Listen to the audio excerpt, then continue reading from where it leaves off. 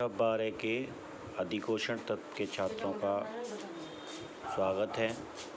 आज अध्याय 13 की बात करते हैं।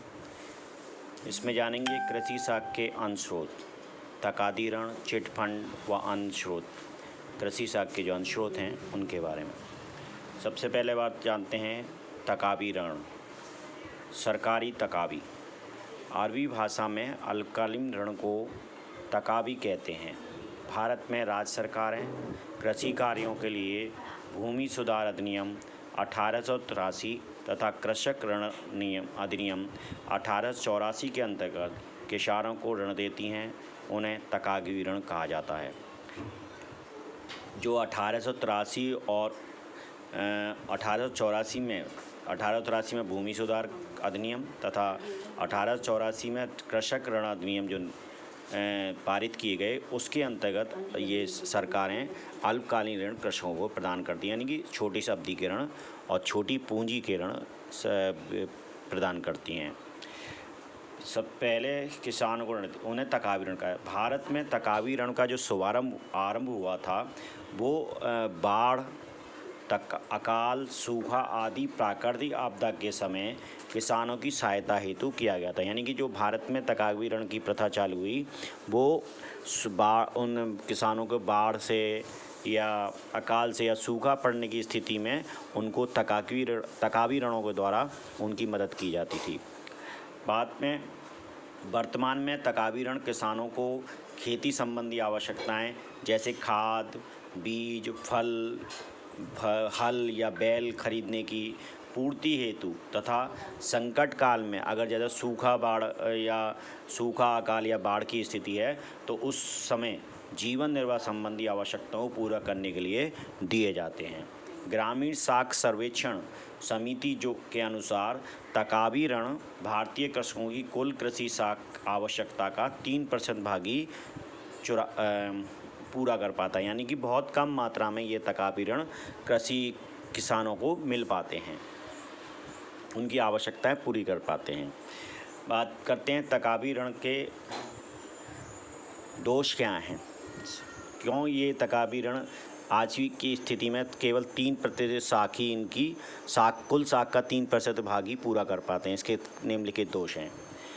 कम धनराशि मिलती है, इसमें बहुत कम धनराशि का ऋण मिलता है।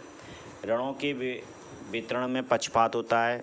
ऋणों के जो वितरण होता है वो उसमें पक्षपात होता है, क्योंकि इसमें सत्ताधारी दल है उससे संबंधित जो व्यक्ति होते हैं या किसान होते हैं उनको तो ऋण आसानी से मिल जाता है और अधिक मात्रा में मिल जाता है, लेकिन जिनके संबंध होते हैं उनको ये लोन नहीं मिल पाता है। क्योंकि यहाँ पर सत्ताधारी दल की जो सत्ता में होता है दल उसकी बहुत अधिक भूमिका होती है ये ऋण मिलने में। ऋण वितरण में देरी होती है। इसमें कई जगह तो स्वीकृति की आवश्यकता पड़ती है, फिर उसका ग्रांट आती है सरकार से, फिर वो ऐसी समितियों के द्वारा उन्हें ये ऋण उपलब्ध कराया जाता है। तथा और इसमें भ्रष्टाचार बहुत है। अब यानी कि कुछ रकम ऋण की कुछ रकम किसान को इसको पास कराने में यानी स्वीकृत कराने में ही खर्च हो जाती है और प्राप्त करने में ही खर्च हो जाती है, जबकि उसको भरना पूरा पड़ता है। ऋण के दुरुपयोग की संभावना भी इसमें निश्चित है।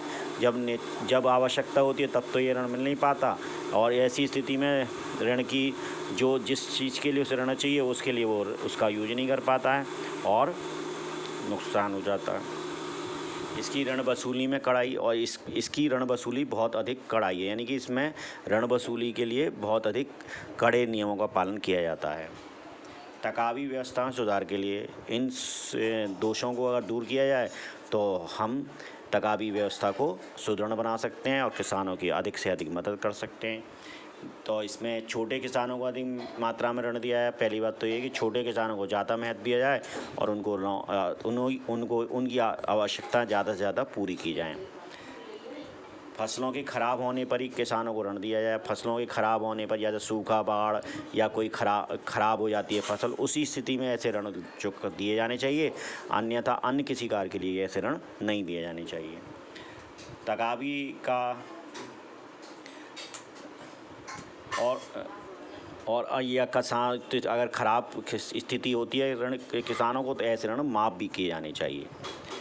इसके बाद तकावी का वितरण संकट काल में ही होना चाहिए, यानी कि जब संकट की स्थिति हो तभी तकावी ऋणों का प्रयोग किया जाए, दिया जाए, तभी वो तो ये ज़्यादा उपयोगी उनके लिए साबित हो सकते हैं। भ्रष्टाचार का खात्मा किया जाए, जो इसमें भ्रष्टाचार है उसका खात्मा करना चाहिए निश्चित तौर पर, तभी इसमें व्यवस्था सुधार आ सकता है। ऋण वसूली में उदारता, अगर कृषक की स्थिति ज़्यादा अच्छी नहीं है तो उसको उदारता यानी कुछ उसे समय देना चाहिए ताकि वह आसानी से ऋण का भुगतान कर सके। चिट फंड दूसरा है कृषि विकास स्रोत चिट फंड, लेकिन चिट फंड कृषि स्रोत एक तरह से ना होकर दूसरी तरह का स्रोत बन चुका है ये।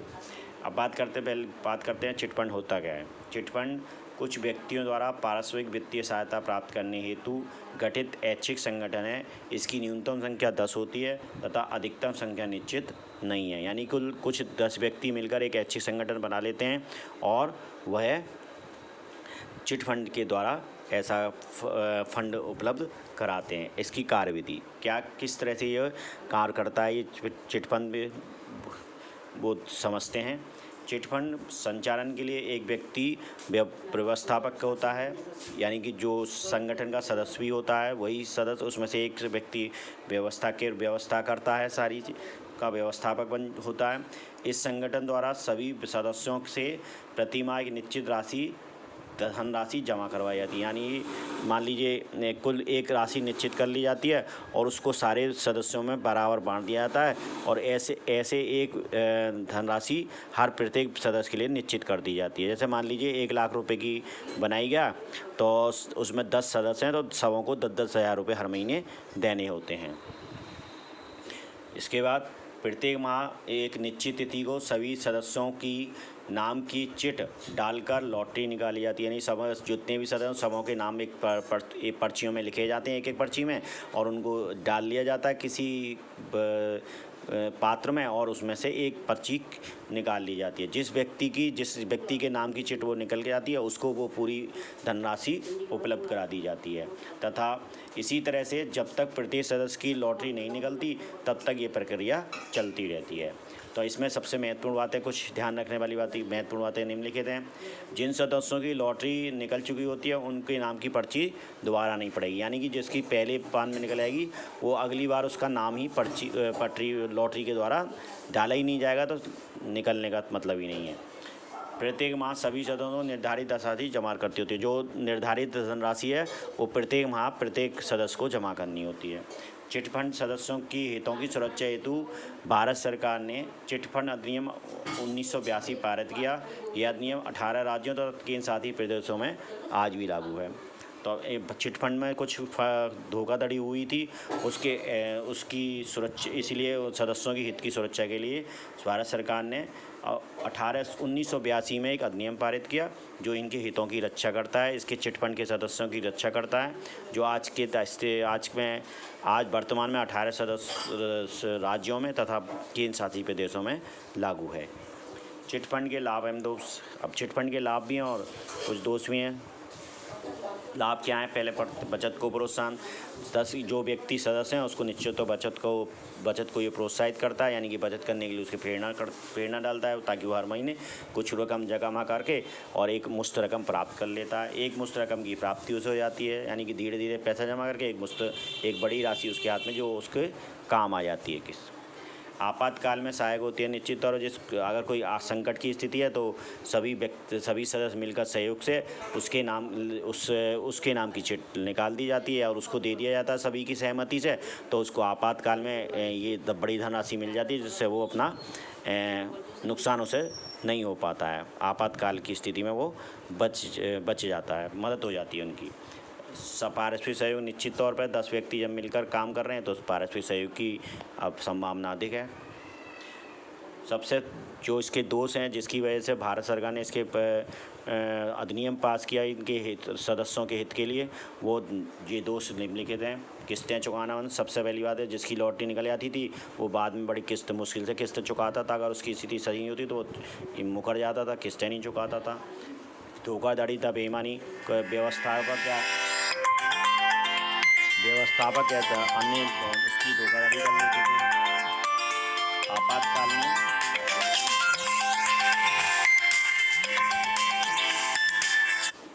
आपातकाल की स्थिति में धोखाधड़ी और बेईमानी इसमें आसानी से हो जाती थी। या तो जो लॉटरी ले जाता था वो चुकाता नहीं था, या व्यवस्थापक को इसमें बेईमानी या धोखाधड़ी कर लेता था। पारस्परिक मतभेद और विवाद, इस वजह से पारस्परिक मत आपस में उन व्यक्तियों में पारस्परिक मतभेद हो जाते थे और जिससे बड़े विवाद भी हो जाते थे। अब सुधार हेतु सुधार के लिए सुझाव ये दिए जा सकते हैं कि चिट फंड का पंजीकरण कराया जाए, यानी कि जो ऐसा फंड स्कीम चला रहे हैं, जो ऐसा समिति चला रहे हैं, उनको ऐसे इसके लिए पंजीकरण कराया जाए। सरकार के अधीन किसी विभाग के अंदर उसको पंजीकरण कराया जाए। उसका अधिकृत संस्था का निरंतर और किसी कोई भारत के सरकार की कोई संस्था हो जो अधिकृत हो इस बात के लिए, उसका निगरानी इस पर रहे। हितों की सुरक्षा के लिए समुचित व्यवस्था की जाए और सदस्यों के हितों की सुरक्षा के लिए समुचित व्यवस्था किया, यानी कठोर पर दंड दिए जाए अगर बेईमानी करने पर स्थिति में, तथा लेखों का अंकेक्षण कराया जाए इसके, और इसकी जो समिति है उसके लेखों का अंकेक्षण किया जाना चाहिए।